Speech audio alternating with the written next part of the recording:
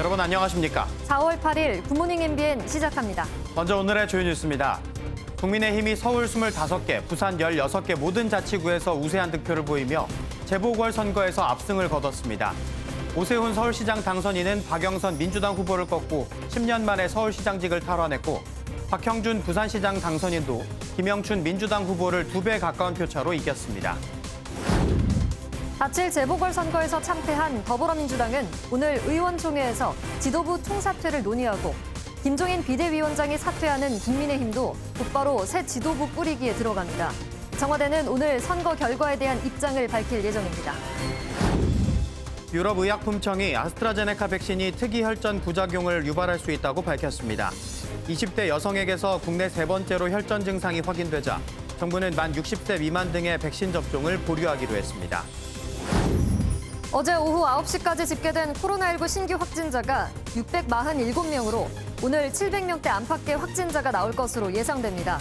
방역당국은 4차 유행이 본격화할 조짐이 커지고 있다고 밝힌 가운데 다음 주부터 적용할 거리두기 단계는 내일 발표됩니다.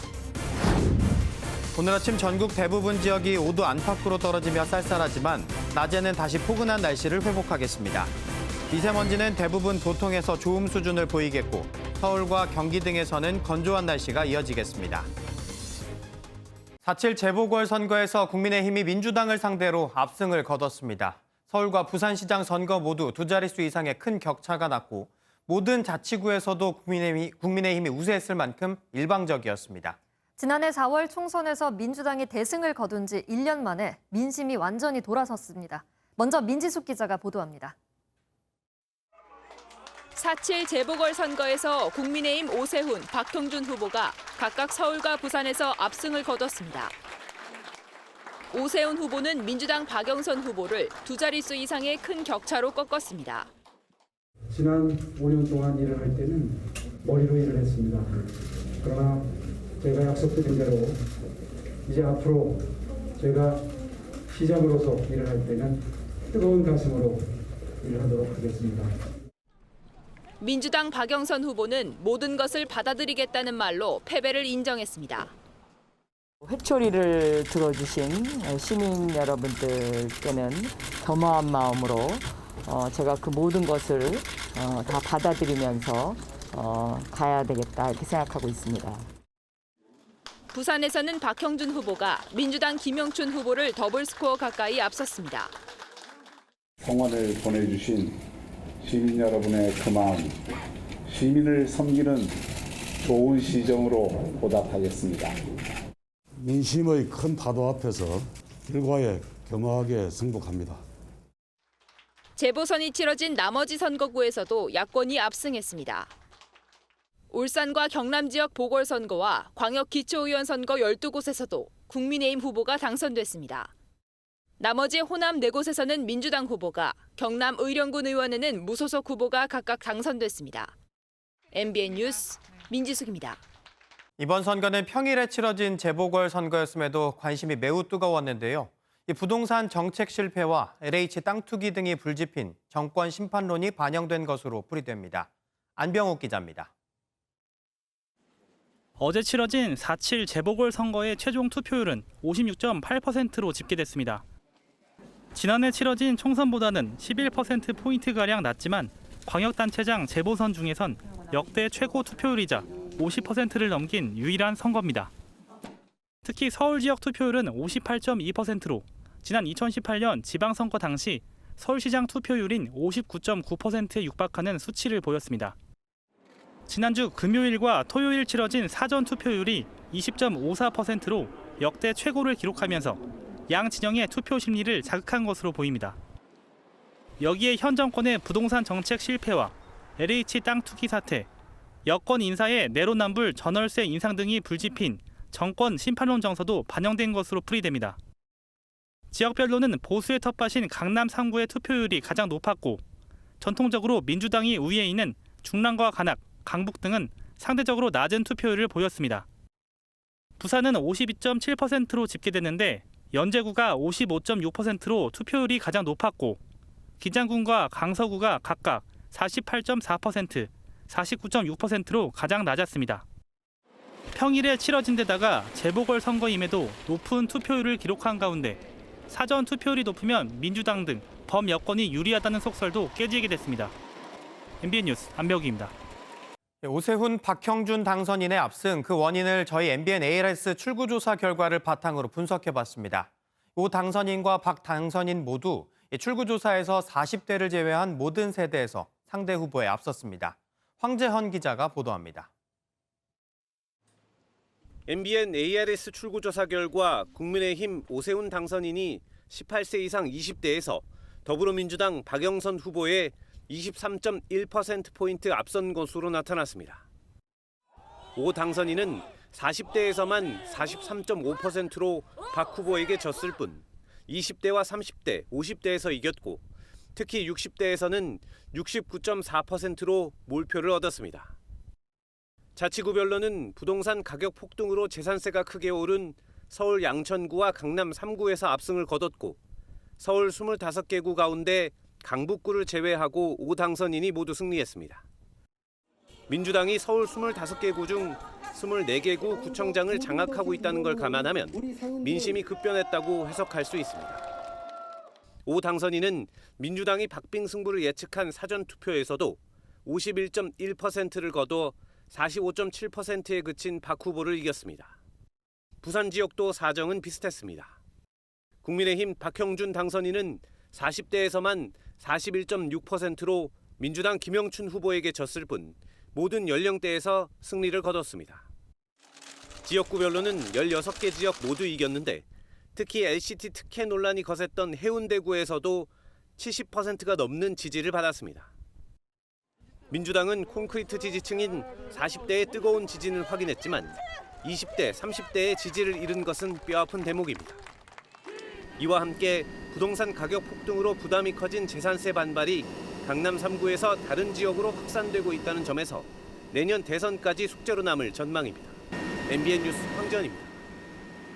오세훈 서울시장 당선인은 당장 오늘부터 38대 서울시장으로서 임기를 시작하게 됩니다. 임기 첫날을 어떻게 보낼지 강세현 기자가 전해드립니다. 오세훈 서울시장 당선인은 바로 오늘부터 38대 서울시장으로 1년 3개월의 임기를 시작합니다. 보궐선거는 개표로 당선이 확정되는 순간부터 임기가 시작됩니다. 다시 일할 기회를 주신 것은 지금 이런 산적한 과제들을 능수능란하게 빠른 시일 내에 하나씩 해결해서 오 당선인은 오전 8시 서울 동작구의 현충원을 방문하는 것으로 첫 일정을 시작할 예정입니다. 역대 서울시장 당선인들도 관례적으로 첫 일정으로 현충원을 방문했습니다. 이후 서울시청으로 이동해 청사 로비에서 당선 소감을 발표하고 직무실에서 서정엽 서울시장 권한대행을 만나 인수인계를 받습니다. 앞으로의 시정 철학을 상징적으로 보여주는 업무 이로 결제는 오늘은 하지 않을 가능성이 큽니다. 대신 코로나19 확산 상황이 엄중한 만큼 오후에 서울 성동구 예방접종센터를 방문해 현장을 둘러볼 예정입니다. 화상당협회의와 시예산과 사업을 심의하고 감독하는 서울시의회를 예방하는 일정도 포함되어 있습니다. 당선증은 오후 2시에 선관위로부터 받을 예정인데 공식 취임식은 일정을 조정한 뒤 추후에 열릴 것으로 보입니다. MBN 뉴스 강세현입니다. 서울시장은 인구 1,000만의 대한민국 수도를 이끈다는 점에서 큰 상징성과 이 막강하고 폭넓은 권한을 갖고 있습니다. 이 대통령 다음으로 할 수 있는 일이 가장 많아 이 소통령으로 불리는 서울시장의 힘, 정태진 기자가 살펴봤습니다. 남녀노소 모두가 즐겨 찾는 청계천. 시민들의 발을 책임지고 있는 자전거 따릉이. 한강변 개발을 비롯해 여의도나 강남에 즐비한 초고층 빌딩까지 역대 서울시장이 만든 작품입니다. 서울시의 예산은 연간 40조 원 규모로 서울시장은 공무원 17,000명과 26개 산하기관장에 임면권을 갖습니다. 지자체장 가운데 유일하게 장관급 대우를 받고 국무회의도 참석합니다. 40조가 넘는 예산을 다루고 있고요. 1,000만 시민을 상대로 행정을 해야 됩니다. 서울시장으로서 훌륭한 업적을 남긴다면 미래의 대통령 후보가 되는데 상당히 유리한 조건을 가질 수 있습니다. 특히 선거 기간 이슈가 된 부동산 분야에서도 서울시장의 역할은 막강합니다. 박원순 전 시장 시절 35층으로 제한된 아파트 높이를 대거 높일 수 있고 재건축이나 재개발도 활성화할 수 있습니다. 다만 이 과정에서 서울시의회의 동의를 받아야 한다는 점이 변수입니다. 이번 서울시장은 비록 1년 3개월이라는 짧은 임기를 수행하지만 이러한 권한을 바탕으로 어떠한 성과를 낼 수 있을 것인지 기대감이 높아지고 있습니다. MBN 뉴스 정태진입니다. 오세훈 국민의힘 서울시장 당선인의 인생을 살펴볼까요? 오 당선인은 다양한 프로그램에 출연하는 인기 변호사에서 최연소 서울시장에 당선됐습니다. 무상급식 문제로 시장직을 사퇴하고 잇따른 선거 패배로 힘든 시간을 보내기도 했습니다. 배준우 기자가 정리했습니다. 오세훈 서울시장 당선인은 유년 시절 부모님의 사업이 망해 달동네에서 살았습니다. 역경을 딛고 고려대 법대에 입학하고 사시에 합격한 오 당선인은 이후 방송에 출연하고 광고도 찍으며 얼굴을 알렸습니다. 2000년 한나라당에 입당해 16대 총선 강남 을에서 당선되며 정치 행보를 시작했습니다. 2004년엔 당 쇄신을 촉구하며 17대 총선에 불출마했지만 2년 뒤 45살에 최연소 서울시장에 당선돼 재선까지 성공하며 유력한 차기 대권주자로 거론되기 시작합니다. 정치를 시작하면 대권을 바라보고 정치를 한다 이런 선입견들을 가지고 계시는데요. 대한민국을 바꾸는 것보다도 서울을 바꾸는 게 훨씬 더 중요하다고 생각합니다. 하지만 2011년 시장직을 걸고 무상급식 주민투표를 했다가 개표가 무산되면서 시장직을 반납하며 위기를 겪습니다. 이후 해외 유학길에 갔다 2015년 귀국한 오 당선인은 연신 패배의 쓴맛을 보게 됩니다. 2016년 20대 총선에서 서울 종로에서 패배하고 2019년 자유한국당 당대표 선거에서도 지고 지난해 총선에서도 서울 광진을에 출마했다 고배를 마셨습니다. 예, 승리의 왕도는 없고요. 정말 열심히 뛰어다니는 수밖에 없는데 이제 조금 낯이 익어가는 분들이 숫자가 늘어나고 있습니다. 힘들 거라는 예상을 뚫고 나경원 후보를 제치며 국민의힘 후보가 됐고 안철수 국민의당 대표와의 단일화에서도 승리했습니다. 결국 박영선 더불어민주당 후보를 제치고 10년 만에 서울시장 탈환에 성공한 오 당선인. 오 당선인은 재건축 재개발 규제를 혁파해 36만 채의 주택을 빠르게 공급하고 용산 간선도로 지하화와 경전철 개발을 통해 강남북 균형 발전을 이루겠다고 공약했습니다. 다시 한번 서울 시민들에게 기회를 부여받은 오세훈 당선인의 행보에 관심이 쏠립니다. MBN 뉴스 배준우입니다. 국민의힘 박형준 부산시장 당선인은 이명박 청와대 시절 정무수석을 지낸 대표적인 친이계 인사입니다. 대한민국 제2도시 시장이 되면서 참모에서 리더로 다시 탈바꿈하게 됐는데요. 박형준 당선인의 정치사와 앞으로 그려갈 부산의 모습을 김종민 기자가 정리해봤습니다. 고려대 학교를 졸업한 박형준 당선인은 언론사 기자로 잠시 일한 뒤 고향인 부산에서 교수로 재직했습니다.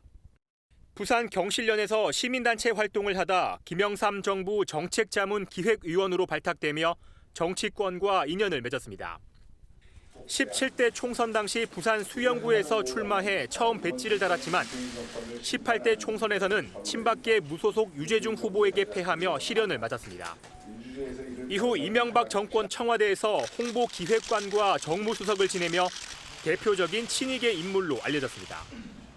이번 정기국회나 이제 내년 또 이 정치 일정이 굉장히 빡빡하게 짜여져 있기 때문에 아무쪼록 당청 간의 긴밀한 협의가 될 수 있도록.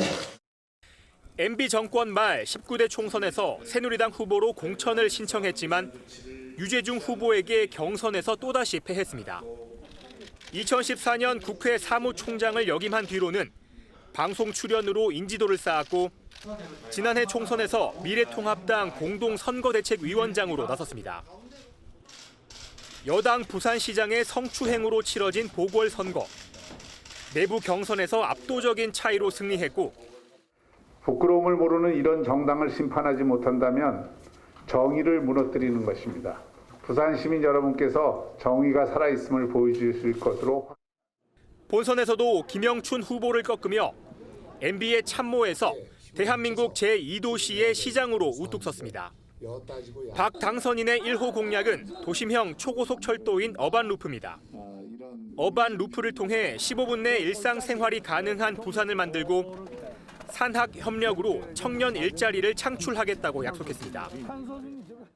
부산이 정말 이 가덕도공항과 함께 국제 허브 도시로서 기능을 하려면 전 세계에서 가장 빠른 교통 기술을 우리가 선취함으로써 대통령 참모에서 부산의 시장 자리에 오른 박형준 당선인. 자신의 정치 인생의 새로운 출발점에 섰습니다. MBN 뉴스 김종민입니다. 박빙을 예상했던 것과 달리 서울과 부산에서 참패한 더불어민주당은 어젯밤 긴급 최고위 회의를 열고 대책을 논의했습니다. 당장 차기 지도부 구성을 놓고 후폭풍이 거셀 것으로 보이는데요. 오늘 오전 의원총회에서 현 지도부의 거취가 결정될 전망입니다. 권용범 기자입니다. 4.7 재보궐선거에서 두 자릿수 득표율 차이로 국민의힘에 완패한 더불어민주당. 패배가 확실시되자 긴급 최고위원회를 소집한 더불어민주당 지도부는 고개부터 숙였습니다. 당이 이번 선거 결과를 겸허하게 수용하고 부족한 것을 어떻게 더 개선하고 더 채울 것인가 이런 의견들을 나눴고요. 당장 지도부 책임론과 전면 쇄신론이 불거지면서 다음 달로 예정됐던 차기 지도부 구성 논의에 차질이 불가피해졌습니다. 당의 쇄신과 신속한 원내 현안 처리를 위해 당장 다음 달 중순 예정인 원내대표 경선부터 앞당겨질 가능성이 큽니다. 최고위원들까지 책임을 지고 물러나야 한다는 당내 여론도 힘을 얻을 것으로 보입니다. 이렇게 되면 비대위 체제를 거친 뒤 5월 9일 전당대회와 중앙위 투표를 통해 당대표와 최고위원을 새로 선출하는 방안이 유력해집니다. 이해찬 전 대표를 비대위원장으로 내세우는 이해찬 등판론도 배제할 수 없는 가운데 대선 후보 경선 연기론도 탄력을 받을 전망입니다. 당헌 당규상 대선 6개월 전까지 당 후보를 선출해야 하는데 위기를 수습하려면 9월에 당 후보를 선출하는 게 무리란 판단 때문입니다. 당 지도부는 오늘 오전 의원총회를 열어 향후 대책을 논의할 예정입니다. MBN 뉴스 권용범입니다. 그렇다면 선거에서 승리한 국민의힘은 이제 어떤 과제들이 남았을까요? 당장 김종인 비대위원장이 오늘 퇴임할 예정인 만큼 새로운 지도부를 꾸려야 합니다. 또 대선을 앞두고 안철수 국민의당 대표, 윤석열 전 검찰총장 등과 야권을 재편해야 한다는 큰 과제가 남아 있습니다. 길기범 기자입니다. 선거가 끝나면 정치권에서 떠나겠다고 줄곧 밝혀왔던 김종인 국민의힘 비상대책위원장. 당장 오늘 오전 기자회견을 열고 선거 소회와 함께 사퇴를 발표할 예정입니다. 별다른 계획이 없어요. 일단은 정치권에서 떠나기 때문에 좀 그동안에 내가 좀 해야 할 일도 좀 밀려 있는 것도 좀 처리를 하고. 국민의힘은 주호영 원내대표가 비대위원장 권한 대행을 맡으며 곧바로 새 지도부 선출 작업에 돌입합니다. 오는 5월쯤 새 원내대표를 선출하고 당 대표를 뽑는 전당대회는 6월쯤 열릴 예정입니다. 이후 내년 대선을 본격적으로 준비해야 하는 만큼 새 지도부 선출 과정에서 야권 재편 논의도 본격화될 전망입니다. 안철수 국민의당 대표와의 합당 문제, 대권 주자 지지율 1위에 오른 윤석열 전 검찰총장과 어떤 식으로 단일화를 이뤄낼지가 핵심 과제입니다. 우리 당을 플랫폼으로 해서 용광로로 해서 모든 야권의 대권 후보들을 전부 영입을 해서 여기서 하나를 만들어내야만 저는 승산이 있다 이렇게 보고 있습니다. 이외에도 홍준표, 윤상현 무소속 의원의 복당 문제 등 보수 세력 결집도 중요한 과제입니다. MBN 뉴스 길기범입니다.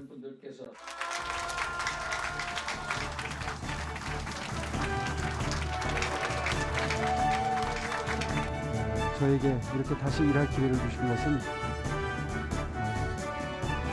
지금 이런 산적한 과제들을 능수능란하게 빠른 시일 내에 하나씩 해결해서 정말 고통 속에 계시는 많은 서울 주민 여러분들을 보듬어 나가는 그런 취지의 지상명령으로 받들겠습니다. 이제 앞으로 제가 시장으로서 일을 할 때는 뜨거운 가슴으로 일을 하도록 하겠습니다.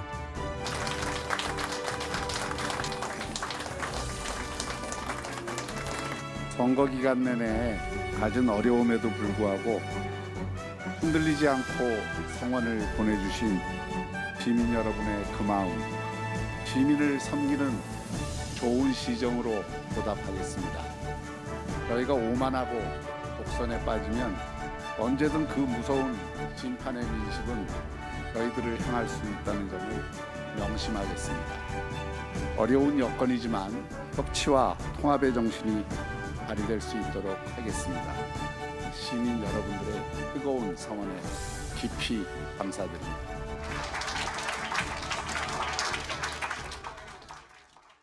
이번 재보궐선거는 대선의 전초전으로 여겨지고 있습니다. 이 선거 결과에 따라서 앞으로 여야의 행방이 큰 관심을 끌고 있는데요. 이 두 분 모시고 이야기 나눠보도록 하겠습니다.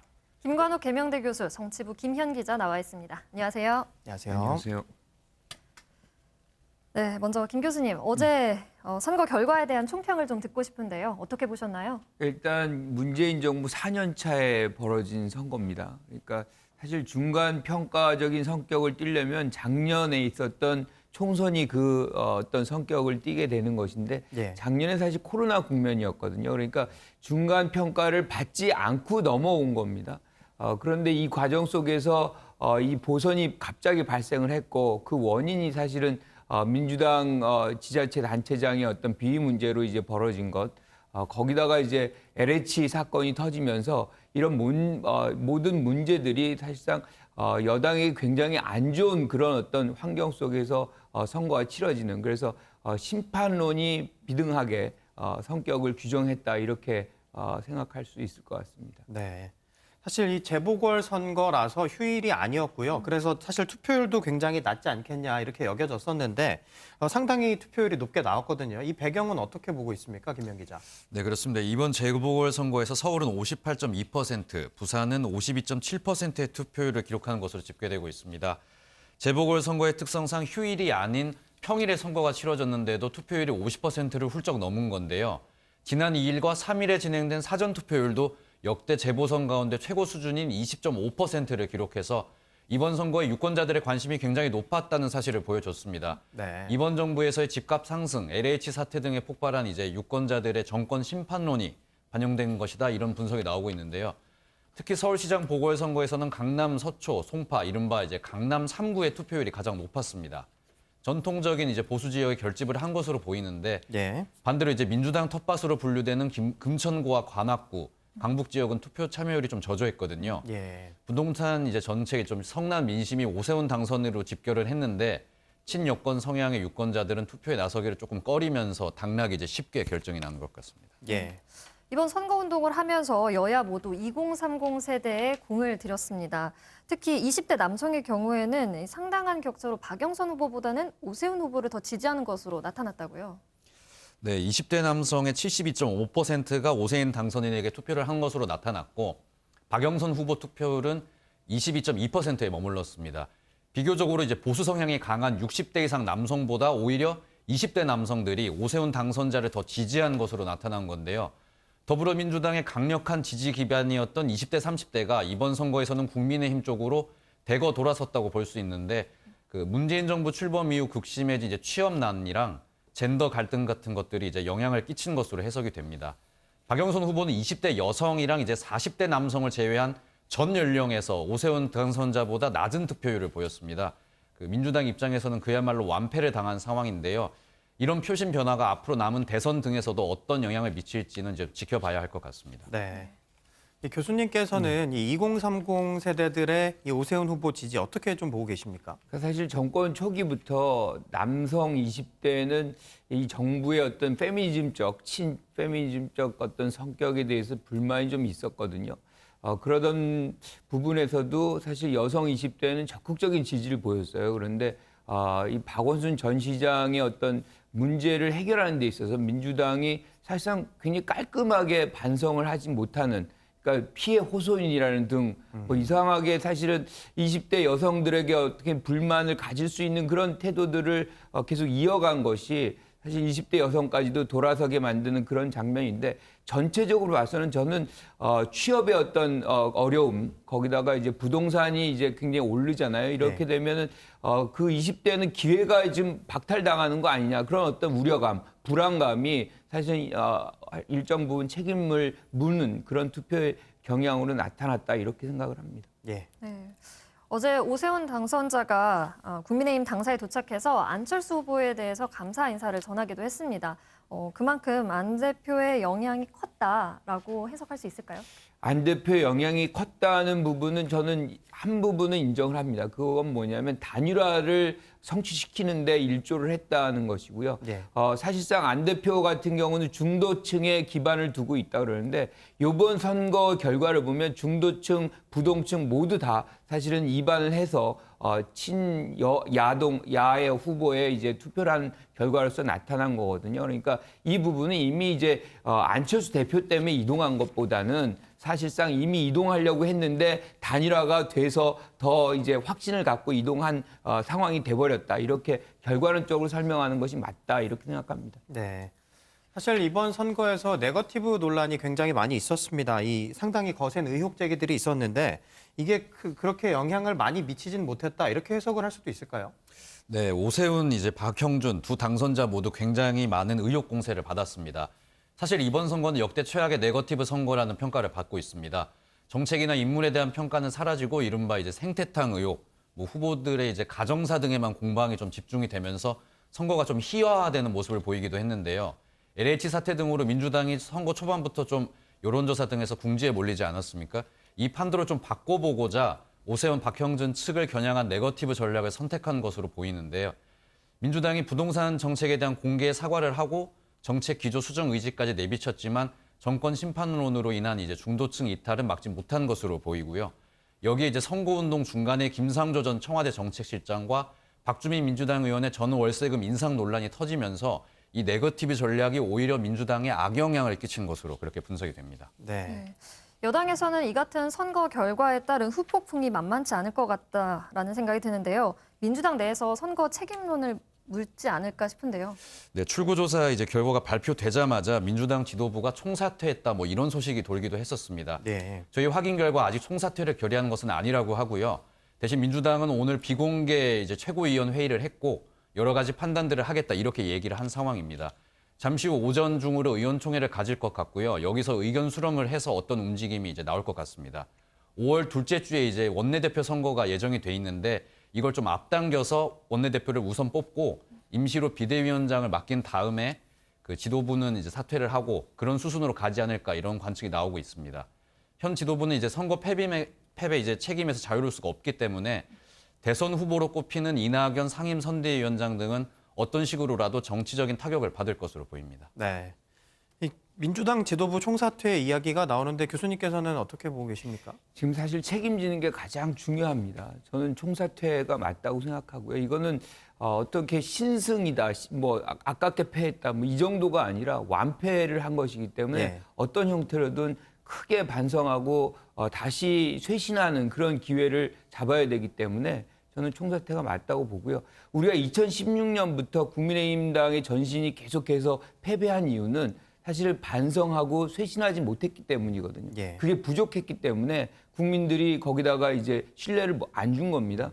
민주당은 이 부분에 대해서 반면교사를 삼아야 돼요. 그래서 이번을 아주 뼈를 깎는 그런 쇄신을 한다면 내년에 있을 대선이 희망이 있지만 그렇지 않고 미진하다 그러면 국민들은 계속해서 회초리를 들을 수밖에 없다 이렇게 생각합니다. 네, 서울시장 자리를 야당이 차지하면서 정부의 국정 운영에도 변화가 있지 않을까 싶은데요. 쇄신용 개각 가능성 있다고 보십니까? 네, 사실 청와대 같은 경우도 어제 선거 투표 상황을 이제 차분히 지켜봤을 것으로 보입니다. 선거에서 이제 완패를 당한 만큼 국정 기조의 변화는 불가피해 보이는데요. 그래서 이런 이제 분위기를 좀 바꿀 수 있는 쇄신용 개각이 이어질 것이라는 전망이 지배적입니다. 앞서 말씀하신 것처럼 다음 주 이제 후임 총리와 이제 부총리, 장관급 청와대 비서진 일부 교체 작업도 이루어질 수 있을 것으로 보이는데요. 특히 이제 총리를 교체를 하면서 이슈를 좀 바꿔보려고 할 것 같은데 벌써부터 유은혜 부총리, 김영란 전 대법관, 추미애 전 법무부 장관 등의 이름이 오르내리고 있거든요. LH 사태 책임을 지는 형식으로 변창흠 국토교통부 장관의 교체도 거론이 되고 있고요. 이번 선거가 민주당 이제 박영선, 김영춘 후보 개인의 패배보다는 문재인 정부 전반에 대한 심판이다 이런 분석이 더 많기 때문에 청와대 입장에서는 레임덕을 막기 위해서 어떤 식으로든 변화를 주지 않을까 이렇게 생각이 됩니다. 네. 김 기자 이야기처럼 사실 이 대통령 임기가 이제 한 11개월 정도 남았습니다. 그래서 이 당청 간의 이제 마찰 가능성도 보이는데 이 부분은 어떻게 보십니까? 항상 이제 1년 정도 남으면 대통령 중심지에서는 레임덕 현상은 구조적으로 발생할 수밖에 없어요. 그런데 이번에도 또 똑같은 현상이 발생될 것이냐, 뭐 저는 조금 회의적으로 봅니다. 우리가 2007년에 어떤 일이 있었냐면 이렇게 대거 패배를 하고 이명박 이제 대통령이 당선이 되잖아요. 예. 그 당시에 어떤 당청 간의 갈등, 그러니까 정동영 후보와 노무현 정부의 어떤 갈등들이 결과적으로 그러면 좋은 이 마무리가 된 것이냐라고 한다면 향후 10년간 정권을 뺏기는 상황이 벌어졌거든요. 그래서 저는 당청 간의 갈등보다는 어떻게 하면 이것을 다시 단결할 수 있는 그런 모멘텀으로 활용하느냐가 굉장히 중요하다고 생각을 해요. 그래서 그런 경험이 많은 민주당을 지지하는 사람, 민주당원들 그리고 정부가 지혜를 모으는 그런 상황으로 만들어 갈 것이다 이렇게 생각합니다. 네. 이번 선거는 대선과도 내년 대선과도 연관돼 있는 만큼 관심이 쏠리는데요. 그만큼 대권주자 판도에도 조금 변화가 있을 것 같다라는 생각이 듭니다. 특히 이낙연 전 대표 같은 경우에는 재보선을 지휘했지 않습니까? 그 때문에 가장 큰 영향을 받지 않을까 싶은데요. 아무래도 뭐 책임을 지셔야죠. 그러니까 지금 뭐 선거 직전에 사퇴를 하고 상임 위원장을 이제 역할로서 사실상 선거를 진두지휘했기 때문에 이 부분에 대해서 책임을 피해가긴 굉장히 어렵다고 생각을 합니다. 그래서 이낙연 대표는 지금 후보군 중에 가장 큰 타격을 받을 수밖에 없는 상황이 돼버렸고요. 예. 이재명 지사 같은 경우는 약간 비켜가 있다 그래도 국면 전체가 사실상 어떻게 보면 여권에게 굉장히 불리한 상황이 됐기 때문에 전반적으로 이해찬 전 대표가 얘기했던 것처럼 굉장히 어려운 길로 내년 대선을 이제 치르게 되는 상황이 됐다. 반면에 이제 야권은 호조 상황이 좋아졌습니다. 네. 그래서 야권의 후보가 뭐 누가 등장할지 잘 모르겠지만 상당히 이제 좋은 조건에서 출발할 수 있겠다 이렇게 봅니다. 네. 교수님 말씀해 주신 것처럼 사실 이제 국민의힘은 상당히 탄력을 받을 것으로 보이는데 이 김종인 비대위원장이 오늘 퇴임을 합니다. 이 선택은 어떤 이유에서라고 볼까요? 그러니까 약속을 했던 거죠. 뭐 어떻게 하든 이제 이 임기가 끝나면은 선거가 끝나면 나오겠다는 것인데 이것이 주는 딜레마가 있습니다. 그러니까 사실상 이번 선거를 승리로 이끈 데에는 김종인 비대위원장 역할이 굉장히 크거든요. 예. 그런데 여기서 국민의힘당이 빠져나온다. 그런데 승리는 국민의힘당 이름으로 했거든요. 그러니까 국민의힘당이 구심점 역할을 해야 되는데 김종인 비대위원장이 나간다 그러면 또 최근에 김종인 비대위원장이 윤석열 전 총장에게 마크롱 얘기를 했단 말이에요. 네. 마크롱은 사실 당의 지지를 받고서 당선된 사람이 아니에요. 그러니까 그렇죠. 제3지대에서 뭔가를 도모할 가능성이 분명히 있다고 본다 그러면 네. 야권도 지금 이 이후에 국면이 상당히 복잡하게 전개될 가능성이 있다. 저는 이렇게 봅니다. 네. 네, 야권에서는 지금 제3지대에 머물고 있는 윤석열 전 검찰총장에 대한 거취에 대한 관심이 높아지고 있는데요. 교수님은 윤 전 총장의 향후 거취 어떻게 그러니까 지금 굉장히 딜레마죠. 그러니까 당장에 이제 국민의힘당이 들어오겠느냐 아니면 제3지대에 계속 있으면서 나중에 우리가 얘기했던 그 시장의 단일화 모델이 있잖아요. 요거를 또 준용을 해서 대선 때도 활용을 할 것이냐. 뭐 여러 가지 시나리오들이 있을 텐데 저는 바로 국민의힘당으로 들어와서 이렇게 후보가 될 가능성은 좀 낮게 봅니다. 오히려 지금 안철수 대표 같은 경우도 입당을 계속 거부하는 것은 중도 영역을 계속 붙들고 있어야만 나중에 합쳤을 때 시너지 효과가 더 커진다고 보기 때문이거든요. 그런 차원에서 본다 그러면 윤석열 전 총장도 상당 기간은 이제 제3지대에 머무르면서 세력을 확장하는 데 집중하지 않을까 이렇게 봅니다. 네. 그리고 사실은 이 서울시장 선거에서 이 10년 만에 복귀한 이 오세훈 서울시장 당선자 역시 이 차기 대선 주자로 급부상할 것으로 보여요. 이 당내 리더로서의 역할도 할 것으로 보이는데 어떻게 보십니까? 네, 당선 소감을 묻는 자리에서부터 기자들의 이제 대권과 관련된 질문이 나왔습니다. 예. 오당선인은 대권 도전과 관련해서는 이제 지금은 아직 생각할 여력이 없다. 일단은 이렇게 답을 했는데요. 예.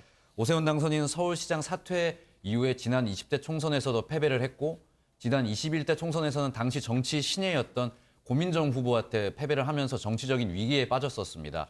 하지만 이번 선거에서 당초 예상을 벗어나서 나경원 전 의원을 당내 경선에서 제쳤고 국민의당 안철수 대표와도 단일화 경선에서 초반 열세를 극복하고 역전을 했었거든요. 마지막 서울시장 선거에서도 압도적인 승리를 거두면서 이런 좀 드라마틱한 승리로 단숨에 야권 유력 대선 주자로 올라섰습니다. 본인은 이제 다음 서울시장에도 출마를 하겠다고 공언을 한 상황인데 예. 정치권에서는 이제 대권 가도에 달려들지 않을까 이런 관측이 나오고 있습니다. 네. 이 교수님께서는 오세훈 서울시장의 앞으로 행보 어떻게 보고 계십니까? 사실은 야권에서 가장 뭔가 부족한 부분은 잠재적 대선 후보군이 부족했다는 측면이거든요. 그런데 이번에 이제 오세훈 후보가 당선이 됐기 때문에 차기 대선에 아주 유력한 야권 후보로 등장을 했다 이렇게 볼 수 있어요. 그러니까 뭔가 붐업을 시킬 수 있는 하나의 인물군으로 이제 편성이 됐기 때문에 미래는 조금 이 향후 1년을 어떻게 이제 시정을 운영해 나가느냐가 향후의 오세훈 시장의 미래를 가늠할 수 있겠다 이렇게 봅니다. 네, 알겠습니다. 네, 오늘 이야기는 여기까지 나눠보겠습니다. 두 분 고맙습니다. 네, 이제 다음 관심사 단연 내년 대통령 선거입니다. 민주당은 치명타를 입게 됐고 이 와신상담 국민의힘은 전화위복의 기회를 잡게 됐습니다. 주요 대선 후보들의 엇갈린 명함을 노승환 기자가 들여다봤습니다. 가장 큰 타격을 입을 후보는 이번 선거를 진두지휘한 더불어민주당 이낙연 상임선대위원장입니다. 우리는 내일 승리해야 합니다. 박영선으로 이겨야 합니다. 그리고 이길 것입니다. 최근 대선 후보 지지율 조사에서 이미 윤석열 전 검찰총장에게 밀렸던 이 위원장은 마지막까지 사력을 다했지만 입지가 크게 흔들리게 됐습니다. 이재명 경기도지사는 그러나 상대적으로 선거 결과에서 자유로운 편입니다. 보궐선거 전 다른 후보들의 지지율이 등락을 거듭할 동안 차곡차곡 지지율을 올려왔고 당과는 어느 정도 거리를 두고 독자적 목소리를 내왔기 때문입니다. 아직 되신 건 아닌데 근데 그 정책 방향을 정하신다고 하니까 정말 반가웠어요. 속단하긴 이르지만 이 위원장을 대체할 만한 마땅한 후보군이 없는 상황에서 이재명 대세론이 만들어질 수도 있습니다. 야권에선 윤석열 전 총장의 존재감이 한층 커질 전망입니다. 국민의힘의 승리로 정권 심판이라는 구도가 먹혀든 셈인데 그렇다면 현 정부와 대립각을 세워온 윤 전 총장에게 유리한 흐름이 만들어질 수 있습니다. 보시다시피 아버님께서 기력이 전 같지 않으셔서 모시고 왔습니다. 선거에선 이겼지만 국민의힘에 다른 유력 주자가 없다는 점도 윤 전 총장에겐 유리한 점입니다. 다음번에 경쟁력 있게 대선에서 정권을 가져올 사람 누구야? 현재로서는 윤석열밖에 없네. 그래서 윤석열한테 기대감이 더 높아질 수밖에 없어요. 다만 국민의힘 바깥에선 윤 전 총장도 세를 결집하는 데 한계가 있는 만큼 국민의힘과의 정치적 결합은 풀어야 할 숙제입니다. MBN 뉴스 노승환입니다. 아스트라제네카 코로나19 백신의 혈전 유발 가능성에 대해 유럽의약품청이 매우 드물지만 관련성이 있다고 밝혔습니다.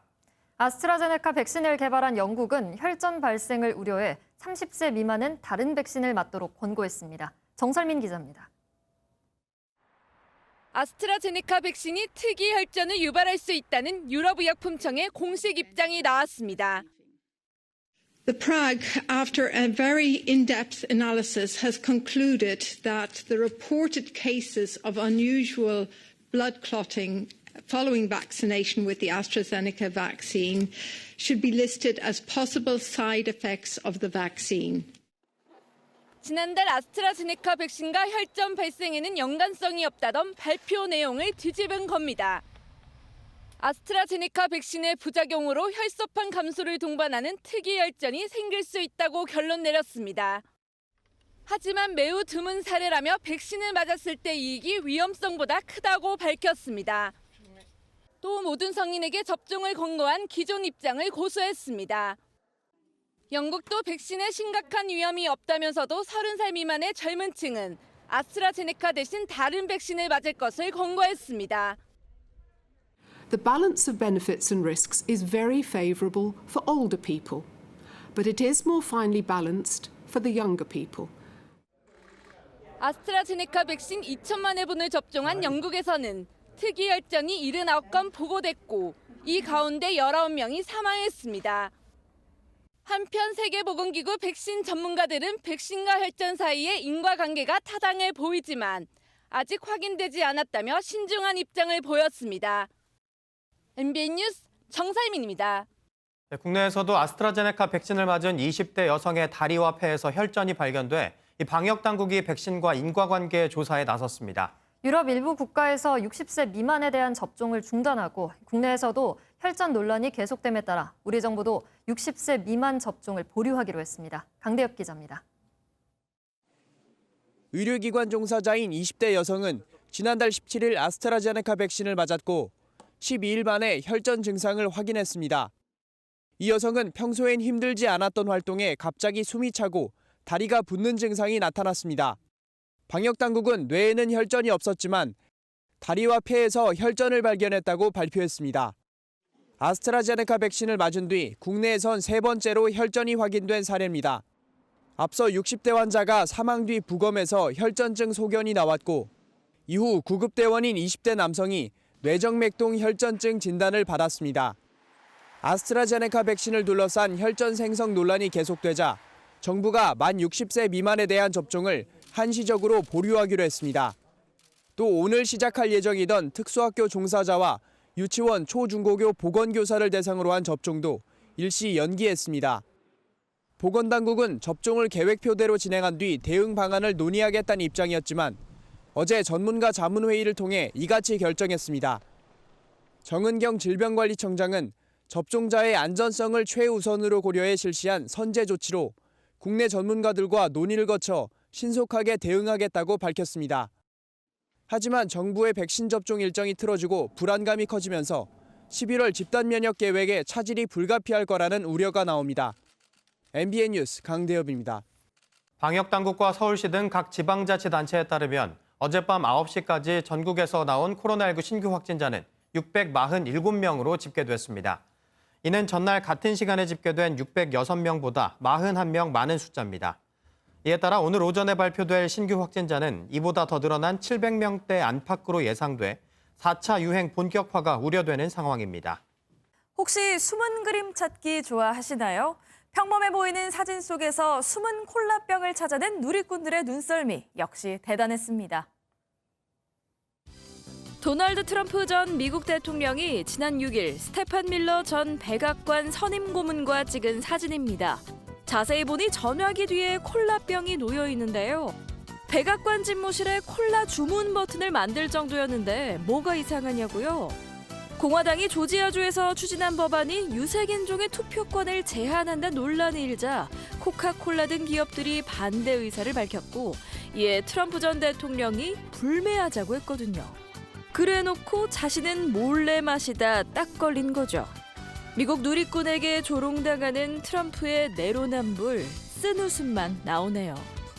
이번엔 사막 한가운데에서 뜬금없이 어린아이 하나가 홀로 발견됐습니다. 무슨 사연인 걸까요? 미국 텍사스의 황량한 사막. 저 멀리 혼자 길을 헤매던 어린이가 국경 순찰대의 눈에 띄었습니다. 어린이는 남아메리카에서 온 이민자로 보이는데요. 순찰대원이 말을 걸자 일행에게 버려졌고 어디로 갈지 모르겠다며 서럽게 울먹입니다. 하마터면 큰일을 당할 뻔한 상황인데요. 최근 미국 정부가 부모 없이 미입국한 어린이들을 위한 수용시설을 만들면서 매일 500명의 어린이가 보호자 없이 국경을 넘고 있다고 합니다.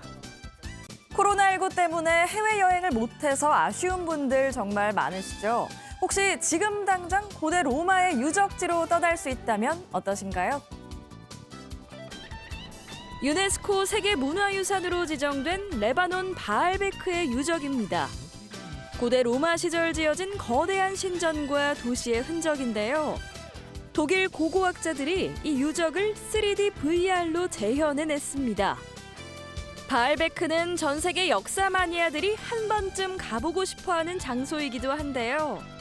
코로나19로 해외여행이 어려워진 지금 VR로 여행을 떠나보는 건 어떨까요? 지금까지 굿모닝 월드였습니다.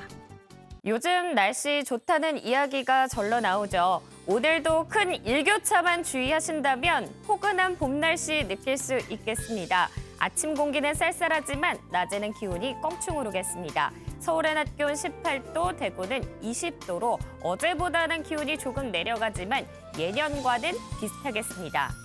공기도 깨끗하겠습니다. 오늘 미세먼지 농도 전 권역에서 좋음에서 보통 수준 유지할 텐데요. 다만 어제 남아있는 먼지로 인해서 광주와 전북에서는 일시 나쁨 수준까지 오를 수 있겠습니다. 지금 강원 동해안에서는 비가 오고 있고요. 강원 산지로는 빗방울이 떨어지거나 눈발이 날리는 곳이 있습니다. 아침까지 이어진 뒤 그치겠습니다. 오늘 전국이 대체로 맑겠습니다. 영동은 아침까지 흐린 하늘을 보이겠습니다. 제주도에서는 오전까지 구름만이 지나겠습니다. 한편 맑은 날씨 속 대기는 점점 더 건조해지고 있습니다. 내륙 곳곳에서는 건조주의보 발효 중인 상황입니다. 오늘 아침 기온은 10도 안팎으로 시작을 하고 있습니다. 낮 기온은 서울 18도, 강릉 16도, 대구 20도까지 오르겠습니다. 이번 주말에는 모처럼 비 소식 없이 맑은 날씨가 이어지겠습니다. 비 소식은 다음 주 초반에 전국에서 들어 있습니다. 날씨였습니다.